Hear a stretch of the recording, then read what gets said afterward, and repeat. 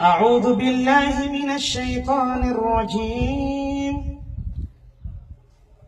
وإما تعرضن عنهم ابتغاء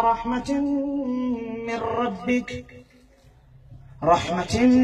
من ربك ترجوها فقل لهم قولا ميسورا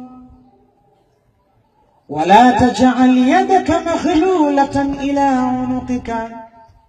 ولا تبسطها كل البسط فتقعد ملوما محسورا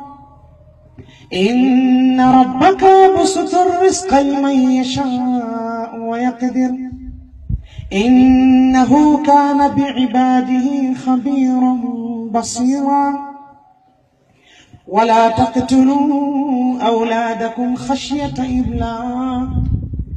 نحن نرزقهم وإياكم إن قتلهم كان خطئا كبيرا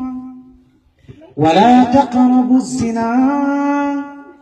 إنه كان فاحشة وساء سبيلا ولا تقتلوا النفس التي حرم الله إلا بالحق ومن قتل مظلوما فقد جعلنا لوليه سلطانا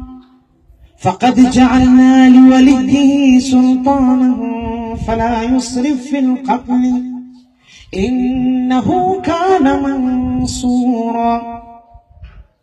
ولا تقربوا مال اليتيم إلا بالتي هي أحسن حتى يبلغ أشده وأوفوا بالعهد إن العهد كان مسؤولا وأوفوا الكيل إذا كلتم وزنوا بالقسطاس المستقيم ذلك خير وأحسن تأويلا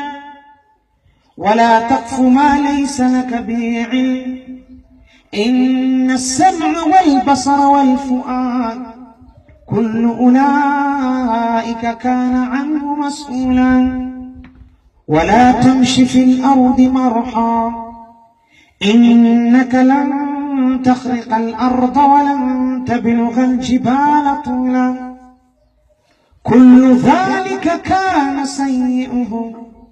عند ربك مكروها